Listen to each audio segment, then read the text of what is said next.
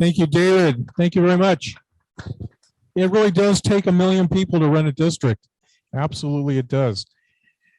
I had mentioned earlier that in Toastmasters, we learn how to be speakers. We learn how to be public presenters. And we want to be able to hone that craft. And we need to have people teach us how to do it and teach us well. And our next presenter is just that person. Every time I hear him speak, my head explodes with information. It's absolutely amazing. He's laughing at me right now, but it's absolutely true because he said, Ken, last time I spoke and you listened to me, I had to clean up the walls. He wasn't happy about it, but I learned a lot. Absolutely. Let me ask you this. Have you ever wondered why some people, though confident in front of the room, fail to capture and keep their audience attention? Do you wonder that? Like, how do you do that? How do you keep the attention? Have you ever wondered how some speakers seem to have a method that allows them to connect and deliver every time they talk? Our next speaker firmly believes that a message without a method will be missed. He is a business owner, speaker, and coach who works with companies, schools, and organizations from a variety of industries and interests. He has been active in Toastmasters International since 2004, and over the years has completed 21 speech contests and is a 3-time district finalist. That's amazing. There's a round of applause for that. That's pretty good. In the International Speech Contest. He's a frequent speaker at LACE training events. Well, he will be speaking on that Saturday coming up. He's also the proud father of 4 children, ranging in ages from 35 to 19, which means the seminar he was going to give on how to plan a family has been canceled. Absolutely. It's true. It's absolutely true. And if you look at him, you think he has a 35-year-old child? It's not possible. He has this, like, as he speaks, I think he becomes more the Benjamin Button effect. That's what it would be. The Benjamin Button effect. Absolutely. He is delighted to have a chance to share his method for speaking success with his friends and the devoted communicators of the Founders District. His presentation is entitled The Essentials of Elements in Making Presentations Powerful, Speeches Sensational, and Meetings Matter. Please welcome Rob, Coach Swineford. Thank you. Thank you. Good morning. Good morning. Good morning. Kathleen, did you say you are a member of 8 clubs? I was up in A member of 8 clubs. What a slacker. It is so wonderful to be back with all of our Toastmaster friends after such a long time away. Doesn't this feel great? Yes. Isn't this a great reunion for everybody? And for everybody online, it feels wonderful to be together in this capacity again. And I know as time goes on, these crowds are going to get larger in person. But for a day like today, for an event like today, especially now with technology being required, a hybrid meeting, there is so much planning and so much that has to be done ahead of time. And so to David and to Ken and to Christine and every member of the team that made today possible, can we give them a big round of applause?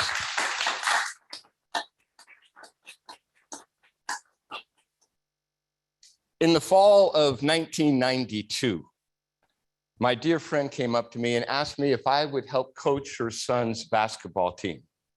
I had never done that before. After that first game, Marcy brought all the players and parents together. She gave the kids their snacks, and then she said, shh, shh, shh, shh, shh, shh. And she turned to me and she said, Coach? And I said, what? She said, say something. She wanted me to give them a speech. So I gave them one. It wasn't very good. Well, you try giving your audience Capri Sun and Skittles and see what you get.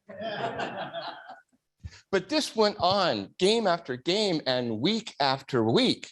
And my friend Marcy would always stand there to the side watching with her arms folded, kind of scratching her head as I struggled in front of this small group every single week.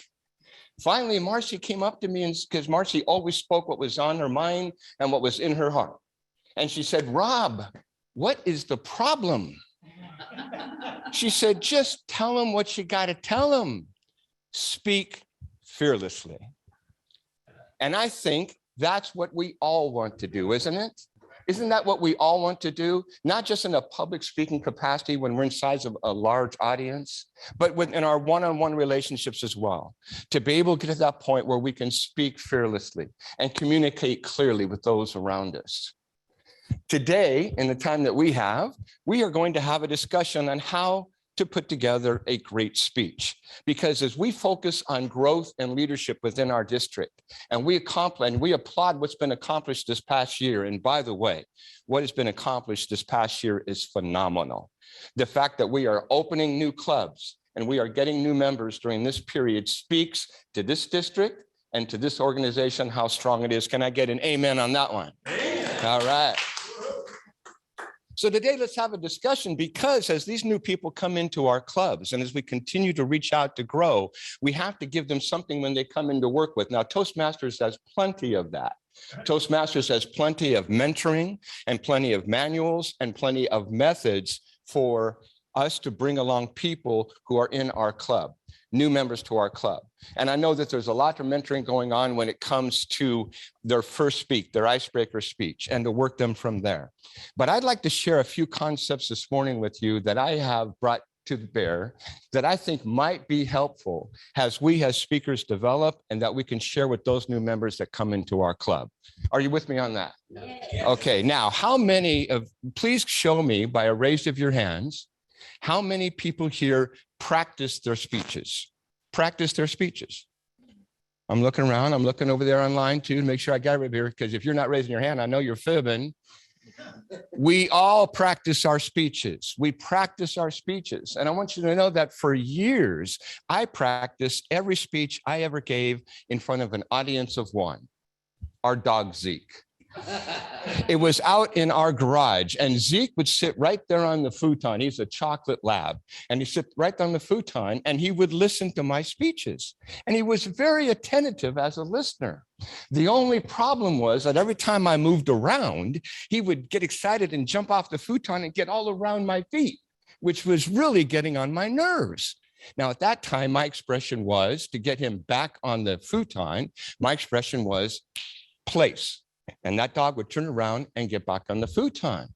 But then I would start moving again, and he'd get excited again, and he'd come back down off, and he'd be all around my ankles again. Place. Now, this went on over and over and over, and it's now become a habit of mine. So please forgive me. As sometime during my presentation today, I suddenly say, place, it's because I find one of you very annoying. How is it that we can help people when they come into our club learn how to put together a great speech? I think there are 5 core principles, 5 simple ideas to keep in mind. And all 5 of these ideas begin with a P. I call it P5. And the first concept I believe that we have to start with is purpose. Purpose. Now, I remember when I joined Toastmasters 14 years ago, doing the math here, 14 years ago, I remember one of the first lessons that they taught me that I didn't want to hear. I didn't know they were going to say this. They said, hey, Rob, this is not about you. I was so disappointed. I thought it was all about me. And they said, no, it's not about you. It's about serving your audience. What is it that your audience needs today? See, I believe that Toastmasters teaches us that public speaking requires more than just the confidence to speak. It requires a commitment to serve. So we have to ask ourselves before we go in, before we're in front of any audience, and I'm not talking about just giving formal speeches, I'm talking about in work meetings as well. Have you been to a meeting before that was where you asked yourself afterwards, what was the purpose of that meeting? Can I get a hand on that?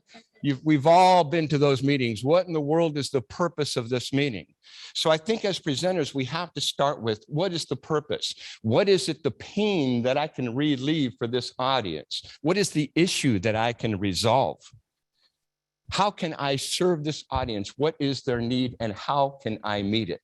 And when we make our focus on the purpose, it does something very, very special to us. It takes away a lot of our nerves because now we have shifted the focus away from us. And we learn as we go on as speakers to keep the focus on the audience and bring them what they are looking for today. What is it that they need? What is the purpose? What do we want them to think, do, or feel differently upon the conclusion of this talk? Ken, by the way, you can give me a 5 when we have 5 minutes left. Okay, appreciate it. Because I'll get riled up on this and I'll keep on going. So we have to ask ourselves, first of all, what is the purpose? What is the purpose before this audience? Now, I know in my own personal career, I have sat down as a business owner with dozens and dozens and dozens of employees throughout the years. And a lot of times in my position as a business owner, when these employees come into my office, it's not a good thing. Okay, something not good has happened. And so someone has complained, or a customer has complained, or a fellow employee has complained. And now this person is coming into my office and the complaint is serious. The complaint is serious. And in some cases, when they're coming into my office, believe it or not, they're meeting me for the first time. Because we have a lot of employees, we have a lot of offices, and it's just the way that it is. It's not the best circumstance, but that's the way it is. So now they're coming in and they're meeting the top dog for the first time. And this is the Truman desk, right? The buck stops here, ain't going nowhere else. So they're coming in to sit down with me. And sometimes, quite frankly, they're a little bit confused. They're not sure exactly. Sometimes they know they did something really wrong and they know why they're coming in. They know that they're being called to the principal's office. But other times, they're not sure. They're coming in puzzled. So I always open every one of those meetings the same way. The purpose of this meeting is to determine if you're going to remain employed here. I think that's a fair opening. I think that's getting right to the purpose. That's not to intimidate them. That's not to scare them. That's to let them know this is a really serious conversation. So if they were thinking about something else or not paying close attention, this wouldn't be the good time for that. We need to pay attention because this is going to be a special meeting. So I open with that in every one of our meetings. So purpose, what is the purpose of this meeting and of this talk? What's the second idea I want to share and that we should share with people who come into our club as we help them grow and as we help them become better speakers? The second principle I believe in after purpose is preparation. Preparation. And it's with preparation that we establish concern for our audience. Have you been to an event when the speaker was not prepared? Can I see some hands on that one? We've been to an event where the speaker is not prepared or the person holding the meeting is not prepared. How does that make us feel? It makes us feel cheated. It makes us feel like they don't respect our time. So preparation will establish concern. Audiences always will find out whether or not you were prepared. So how do we prepare for a speech within Toastmasters? How do we get ready for a speech within Toastmasters? Well, I think we have to start with how are we going to organize this speech? What do we teach in what do they normally teach in Toastmasters about how to organize a speech? The very, very simple principles. One is to develop an outline of what you're going to do. Develop an outline of what you're going to do. What you're going to do. Right. The 3 elements of the speech. Go ahead, Steve. I didn't hear the first part. Content, delivery, and language. I understand that content and language are not the same. Content, delivery, and language. Understand that content and language are not the same thing. Not the same thing. Thank you. And I appreciate that input. That's what I'm talking about. And in Toastmasters, they, of course, talking about organizing in a way where we're talking about open body and close. Open body and close within every presentation. But Norm, please. You know something I learned from Randy Harvey, one of the great champion speakers. Mm-hmm. He gave a seminar on how he put that together, and he said, start with your conclusion. That's the way to do it. Start with your conclusion. Then you'll mirror that in your introduction, and in between, you'll know exactly what you need to cover, because you're going to start by saying, this is what I've done. You have a clear idea. Start with your conclusion. I appreciate that.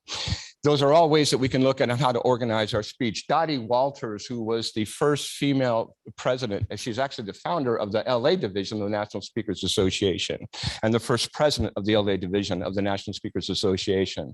I had the great pleasure to hear her speak. I had the great pleasure to visit her at her home for a one-on-one meeting, and she talked to me about speaking. And one of the things that Dottie always taught to others on how to organize a speech and how to prepare for a speech is the FIST method. The FIST method, where she said, remember to open with humor, give them 3 things to remember, and close with heart. Open with humor, give them 3 things to remember, and close with heart. That's the FIST method for organizing a speech.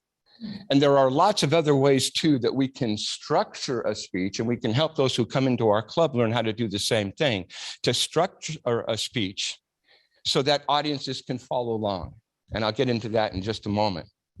Now, when we talk about opening with humor, have you tried opening with humor before? Do you like to, let me ask you this, let me rephrase the question. Do you like to open with humor? Let's see on the screen here. Put your hands up if you like to open with humor. I'm not getting a lot of hands over there. I'm not getting too many hands. Okay, we got hands back here too. Opening with humor. We have to be comfortable if we're going to open with humor. We have to be very comfortable, and it has to be within our sense of humor. Typically, when we try to open with a organized joke, I've seen those go well, and I've seen them go very, very badly. I think opening with humor is typically along your own sense of humor, especially what might be going on at the event today, and playing off of that. Now, I had an event a few years ago where I had the great fortune of being one of the key speakers at an event down in San Diego on the eve of the San Diego Rock and Roll Marathon. I was going to be speaking to over 400 runners who would be running the following day. Now, I myself do some running, but I'm not a marathon runner like these people. So I went to some friends of mine who are marathon runners, in particular, 2 members of my Toastmaster club. I said, you guys are marathon runners. I've got some opening humor. Let me try it on you right here. They said, let's hear it. And I had 3 great ones. So I delivered that first one, and John and Tom said, that is funny. And then I went and I delivered the second one, and they said, that is funny. And the third one, they said, that is funny. You are going to kill this audience. I got down to San Diego. It was in a large ballroom. I got up on the stage. It was well lit. I was feeling like I was somebody, baby. And I had humor that was going to knock them out, these marathon runners. And I got started, and I did that first joke, and it was crickets. When you up on stage in front of 450 people, you get crickets. It doesn't feel good. I went on with a little bit more content, but I had that second joke in my holster. Don't worry, here it comes. And I laid out that second joke, nothing. I then went on a little bit further, and now I came back with that third joke as part of my large opening, and I came back with that third joke, and I heard some woman at the back of the room kind of chuckle. I'm not sure if she was laughing with me or at me. 3 jokes in a row and nobody laughed. And I learned a very valuable lesson that day. When it comes to humor, never trust Toastmasters. There is a reason those people did not laugh, and I will come back around to that. It's something that we all have to learn. So we have talked about purpose. We have talked about preparation. And what about the third element? The third element is participation. Participation. Have you been to an event when one person got in front and yacked the entire time? Those are not the best. That's a lecture. That's a lecture. And it seems to me that if we're going to be in front of an audience, there is a purpose to it. And that purpose is to persuade them, as we said from the beginning, to get them to think, do, or feel differently. So we can't do that through a lecture. So I believe in participation, but I believe in participation that we have to understand the difference between 2 different kinds: inclusive participation versus intrusive participation. Intrusive participation. Now, here's the interesting part. I actually practiced today what I tell people don't to do. And this is what I did. I called on Norm. I called on Norm because I know him and I trust him and I know he can count on it. In my opinion, That's intrusive participation, because of the fact that in most audiences, you don't know who's really wants to participate. I know when I go to lots of events, I just want to sit down and listen. I don't want to participate. I want to listen. So I think that participation that is healthy, that moves your message along, that helps your audience get it, is inclusive participation, where people just want to jump in, right? Where you say, raise your hands, and there's someone that's make a contribution, and let them do it on their pace, at their time, in their way. Does that make sense? Are you with me on that? Now, here's an example of intrusive participation. One of the worst I've ever seen. It was at church. Very large congregation. And we have a new young pastor, and he is just getting started, and he's dynamic. He's dynamic. He is so good up on that stage, and people are loving him, but you can just tell he's still getting started. He doesn't have the confidence yet. He's still a little bit shaky, not sure what to do. And he decides to work on participation with his audience. But this is how he does it.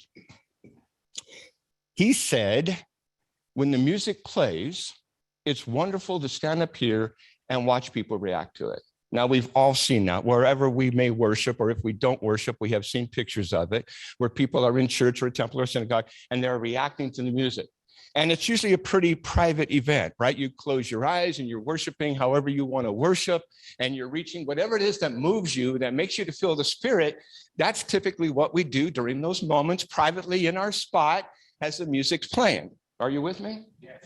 This pastor said, there are two people here that worship during the music in such a special way. I'd like to bring them forward. And I was sitting in about the 8th row, cringing, thinking, please, Lord, not me. Not me. That was the strongest prayer I said the whole day. He called on these two gentlemen, and he brought them all the way up to the front of the congregation. And they stood right there in front. And he said, these two, the way they move during the music just really reaches my heart. And I thought, okay, that's a nice message. Just go back now. And he then said, please put on the music so we can watch. Now you have just been called from the audience to come to the front to dance. Can you see how that doesn't work? See how that's a bit intrusive? So they danced as the music came on, and then we went back to the message. So that pastor, God bless him, he's a very good pastor. He just hasn't come to enough Toastmaster meetings. That's all. That's all there is to it. So participation, we talked about purpose, and we talked about preparation, and we talked now about participation. And by the way, participation's risky business. Participation is risky business because you don't know what you're going to get out of that person that you just volunteered to participate. It can go the wrong direction. Now, I learned that the hard way as a basketball coach. Because one year on this team I was coaching, a junior high boys team, we had a boy by the name of Tony, who was an unusually tall boy of Asian descent. He was the president of his chess club. He was a straight A student. He played the violin masterfully, but when it came to basketball, he was struggling. But he was trying the best that he could. So one day we had a drill, and we lined up the team in two lines, one line here and one line there. And each kid had a ball in their hands. And the purpose of the drill was to make sure that the kids knew how to protect the ball. Hold the ball tightly, get your elbows out. And as the kids hold the ball, I would go up and down the two lines, and I would slap as I went by to make sure the ball was not coming out of their hands. As I go up and down the line the first time, every kid holds on to the ball except Tony, it comes loose. I said, Tony, come on, Tony, hold on to the ball tightly. Hold on to the ball tightly. You can't let anybody take it away. I go up and down the line a second time, slapping at the basketball as I go by. And as I'm talking, and as I go by and I get to Tony, the ball comes loose again. I said, Tony, come on, man. Come on. Hold on to the ball tight. You got to protect it like it's your prized possession. I go up and down the rows the third time. Everyone holds on to the ball except who? Tony, ball comes loose. Now I'm mad. Tony, man, you have got to hold on to the basketball. You got to protect it like your most prized possession. In fact, Tony, In fact, at your house, what is your most prized possession? I've asked Tony to participate in my lecture. Tony steps forward, he adjusts his glasses, he puts his hands on his hips, and he'd say, at our house, my most prized possession would have to be our refrigerator. Because that's where we keep our food, and we need food to sustain us. Go run a lap, Tony. When you ask people to participate, you don't know what you're going to get. Tony taught me, be aware of what you're going to get. So we have got purpose, we have got preparation, we've got participation. The fourth of the 5 elements is pace. What is the pace? I think anytime that we're in front of an audience, those presenters that really bring us in, that make the event worthwhile, move at a particular pace, and that they have a balance in their presentation. They have a balance in their presentation between what they give you through audio and what they give you through video. They have a balance in their presentation between hearing their voice and hearing other people's voice. That's why I think participation is so vital, because your audience members are making the event even better in most cases. And they're going to solidify the content and the message that you're pushing along. But a great presentation has a great pace and a great rhythm, and there is a cadence to it. But there's also that with the speaker, him or herself. They too must have a rhythm. They too must be aware of the pace and how their voice is sounding, and knowing how to use their voice. In Toastmasters, we talk about what when it comes to voice all the time? What do we talk about? Vocal variety, the ability to know when to lower our voice. If you remember in the opening that I told you about my friend Marcy, and I said how she went, shh, shh. Lowering my voice like that brings the audience in immediately. People have to listen as soon as you lower your voice. Knowing when to raise your voice, knowing where to have your voice where it's at the proper tone for people to understand and listen. But with pace also comes the number one tool that we have to use, and that is pause. Pause. That is one of the tools that separates great speakers from the others, is their ability to pause with confidence. It's a funny thing about audiences. Audiences will pay attention to us when we speak, and they will really tune in when we stop speaking. If you want to get everyone's attention, stop speaking. So I believe that silence follows substance. Let me say that again. Silence follows substance. When we want to make a point, and we should know within our presentation, whether it's at a company meeting or giving a speech at Toastmasters, what it is that we want to drive home. We talked about it in purpose, right? We talked about in purpose. So if we know what our purpose is, then when we come back to that concept, we have to pause and make our point. Public speaking requires more than the confidence to speak. It requires the commitment to serve. Pause. Let your audience grasp it. If that's the message, if that's what you want to get across, give them a chance to get it. I have been at events where you don't get that chance to get it, and it's frustrating. And the final P, as Ken gives me the sign, the final P is persuasion. Persuasion. At the end of the whole thing, we have to tell our audience what it is that we want them to take from this meeting, the takeaway from it. I opened with my friend Marcy. She's the one who put me in front of kids, and I went on to coach basketball for 19 years. That's how I got involved in public speaking, because it was the most toughest impromptu crowd you'll ever be in front of. Okay. It makes table topics look easy. When you've got 12 kids and their parents all staring at you, you find a way to say something. But thank God for my great friend Marcy. She pushed me into it. And Marcy did what people in Toastmasters do. That's what's so great about this organization. The relentless encouragement. The relentless encouragement where I was being told I was great before I was even good. Marcy would tell me, Rob, you were meant to be a basketball coach. You're a great basketball coach, until we lost. And then she had a different idea. My friend Marcy got me into it. I love her. She is residing in another place today in heaven, looking down on us today. But every time I speak, I remember her. I remember how she pushed me into this and got me where I am today. And that's the kind of message that we have to get across to everyone who comes into Toastmasters, the progress that happens when you go through this wonderful event. Thank you for the opportunity to be here today. And I'm going to control the meeting, Mr. Ken Spears.